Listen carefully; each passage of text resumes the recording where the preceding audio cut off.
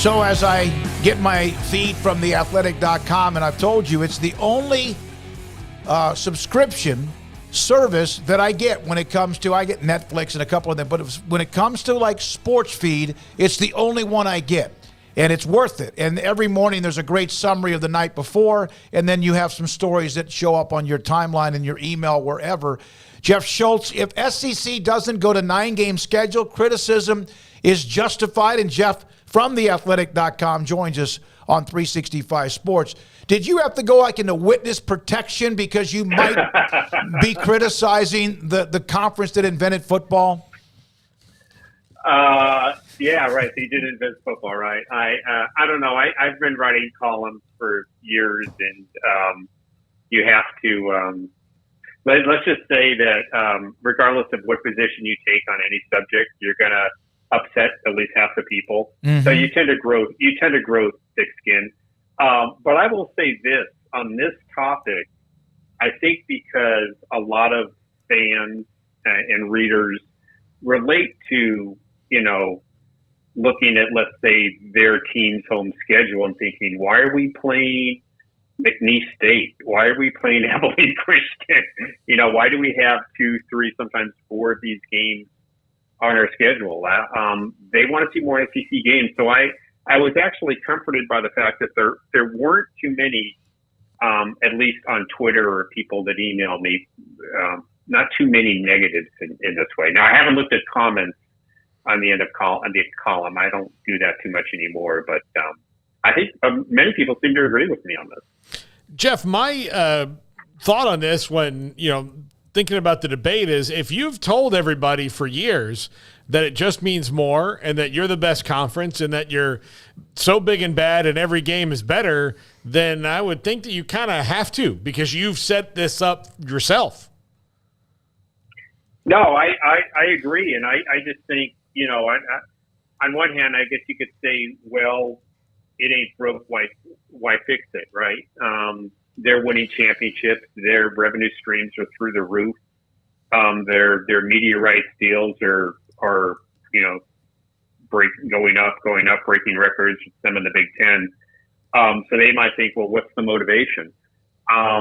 But you have these games that are basically set up for their own vested interest. In my view, each of the programs, it's about easy wins to build up their records for the postseason, and easy home paydays. But I'm with you. To me, it's like, well, if you're the best one out there, and if you're so tough, why are you only playing 8 conference games? And look, of the 5 Power 5 conferences, they're the only ones that are playing 8, purely have an 8 conference game schedule. The Big Ten, the Pac-12 and the Big 12, all play 9. Even the SEC, which has an 8-game conference schedule, has this sort of half in, half out relationship with Notre Dame, where Notre Dame plays 5 ACC schools a year. I also am of the opinion that if the SEC went to 9, the ACC would try to find some way to go to 9. But to me, it's wrong. And look, we can go back to the last time the SEC expanded its conference schedule was in 1992, when Arkansas and South Carolina came into the conference, and that basically made it a 12-team conference, and they went to 8 games. They were playing 7.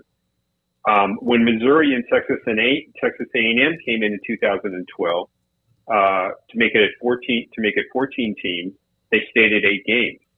Now you're going to have Texas and Oklahoma coming in. Are you telling me you're still going to keep it at 8 games with 16 teams, which is the same number you had at 12? So I don't get it. There might be some sort of here we're trying to appease the have-nots in the situation. There might be some sort of, well, let's wait this out and see if we get leverage with ESPN to try to squeeze more money out of ESPN. I don't know if that's going to happen. I mean, there's a changing landscape in cable television right now, as you know. ESPN revenues are going down, not up. They're laying off people. Disney's laying off people anyway. So I don't I can understand if ESPN is kind of saying, well, wait a minute, we're not just going to give you more money. And so I don't really know what the SEC is thinking on this. I just think they need to do the right thing.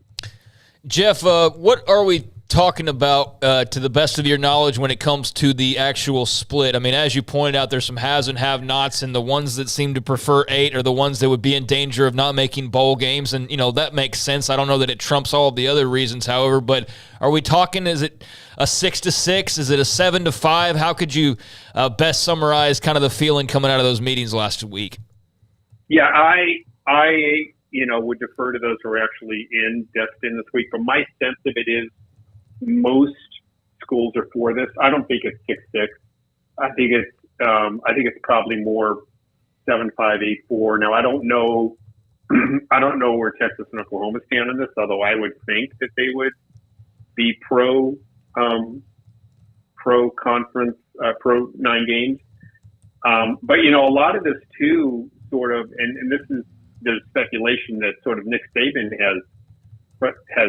who for years have supported a 9-game schedule, now might be balking a little bit, in part because one of the proposals out there, if it's a 9-game schedule, is each school would basically have 3 permanent opponents, 3 annual opponents every year, and then the other 6 ACC, SEC opponents would rotate. And that Nick might not be happy with the 3 schools that are designated as his permanent opponents. So I think there's sort of like a lot of that negotiation going on. But I think by and large, most of the teams in the conference recognize that going to 9 games is the right thing to do. Now, there are the have-nots. There's Vanderbilt and Mississippi State and Kentucky, I think, have all kind of come out and said they're not really for this. And they're worried about being able to compete and basically win enough games in a 9-game schedule. And, my response to that is, well, I'm sorry. You're in the SEC. You're getting $50 million a year, plus or minus in media rights deals. That's your share. That's before you ever sell a ticket or a sponsorship or a hot dog or a T-shirt. And, part of what comes with the value of being in the SEC is you're playing against some really good football programs. And look, if you don't like it, you can always go to another conference and you could probably go somewhere else and have a chance to win more games, but you're not going to get that money. And I think if you ask anybody to raise your hand saying, okay, do you want to go somewhere else and make less money? I don't think anyone's going to raise their hand. I mean, Vanderbilt hasn't raised their hand any of these years. And so that's my view of it. It's like they're squawking, and I get why they're squawking. We've all covered the have-nots in sports, and particularly in the pro sports and small market teams and pro sports. But in the end, it's what the situation is, and there's haves and have-nots in every walk of life, and you can either accept the paycheck and try to do the best you can, or you can leave. Well, and those who might be haves, let's say the Pac-12 or the Big 12 or even the ACC, they're not protected like the teams in the SEC or Big 10 that just happen to be a part of the conference for the longest of times, and that's okay. I'm fine with that. They're almost like in their own cocoon. That if, in fact, football goes to 2 super conferences, I don't think the SEC is going to, I wouldn't think, kick out Vanderbilt or whoever, right? Because they've been members of that conference forever. They're protected. I wouldn't think so, but this sort of gets back to, I don't know if any of us really knows where college football is going, right? Right. I mean, look, I grew up on the West Coast, and I get nauseous when I think about, I grew up in LA, so I get nauseous when I think about the fact that UCLA and USC are going to the Big Ten. I can't get my head around that.